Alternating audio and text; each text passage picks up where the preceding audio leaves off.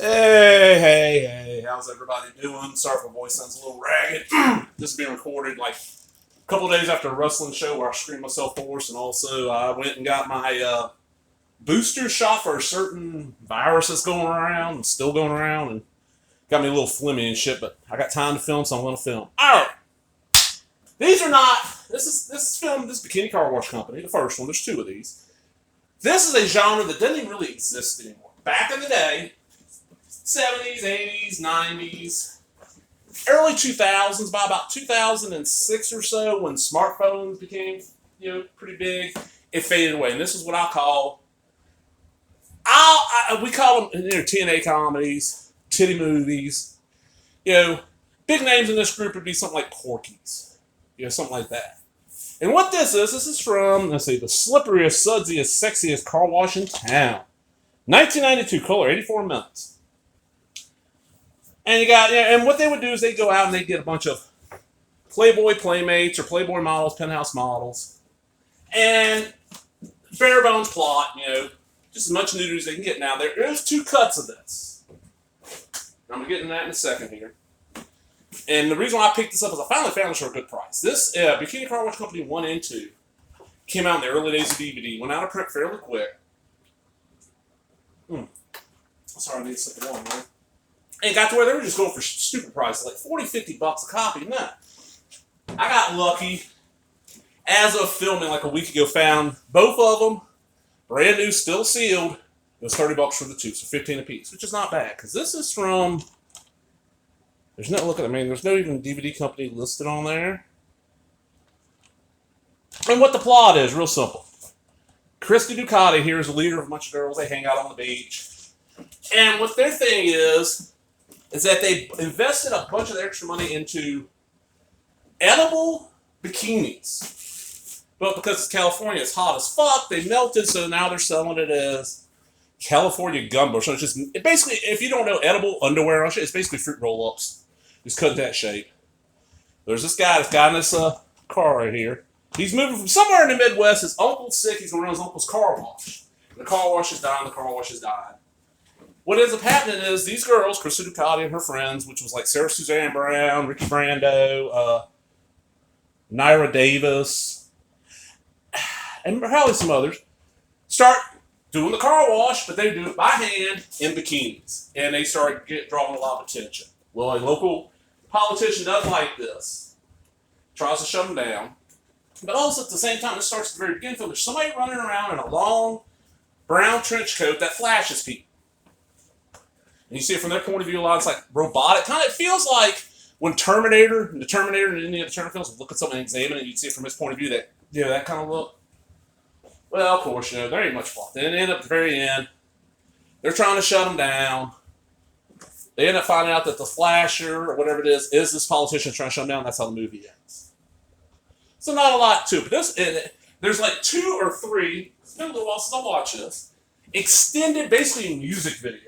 There's one, I don't know the band's name, some name is Betty Blue. And it's all the girls in the car wash dancing either topless, fully naked, or in their bikinis, wet and soapy, to this song. And like those two scenes, you cut those two scenes out of it, and I'm going to get into the 2 versions of this movie in a second here. You're going to cut a good, 15, 20 minutes out of this film. 2-version movie. Yeah, there's an R-rated version and there's an unrated version. Now, I have seen both versions. The version I saw years and years ago, and what it was back in the day, where I grew up at, like I mentioned before, cable didn't get out there until the tail end of 1990. I'm talking about December 1990, we got cable. Well, I paid the extra because our cable was like 25 channels for $50 a month. My parents, yeah, we'll pay that. They're always ones where they don't give a shit if the movie's cut and they got to sit through a commercial, they just want to watch the movie. I'm the opposite. I want to see a movie cut. I don't want to sit through commercials, watch a movie, especially if it's on a service I'm paying for. So, I paid the $10 a piece for Showtime and the movie channel. Well, Showtime on Friday and Saturday nights, and this is what I'm going to explain why. Back in the day, kids, people watch this, they're under the age of 30. 30 would probably be about the right age. If you came of age, you were 15 after 2000, you probably don't understand it. Back in the day, they'd film these TNA comedies because they knew that, okay, they do okay in theaters, but home video and cable, they would kill it up because it wasn't easy to get a hold of porn back in the day. mean, according to what town you live, sometimes you couldn't even get a hold of it all. It wouldn't even get shipped there. It's still that way sometimes. But pre-internet, this was your porn. Because, most people who had cable, their parents paid for HBO or some actual one of those, and you set the VCR to record this, so this shit would air at like 11 o'clock, 10 o'clock, midnight, 2 in the morning, shit like that. You'd set your VCR to record it, watch it later. Well, I have and I still got the tape.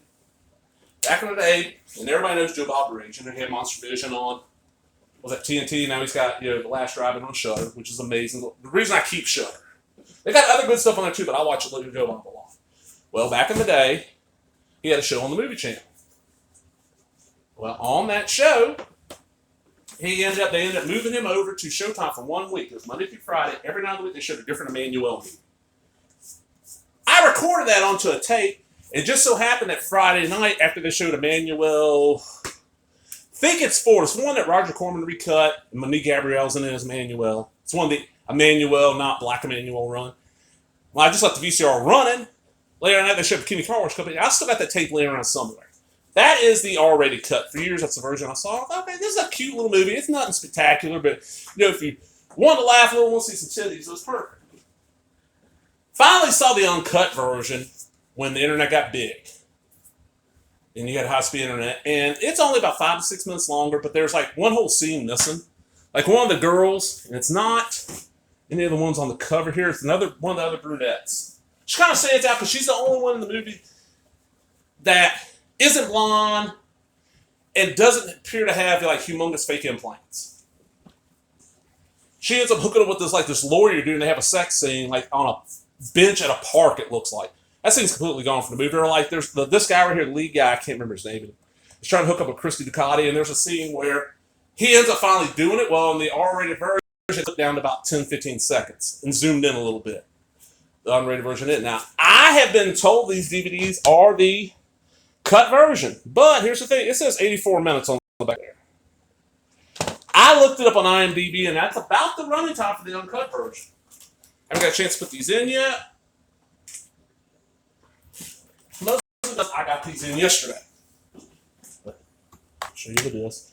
And this is just the cover. I have no clue what company put this out.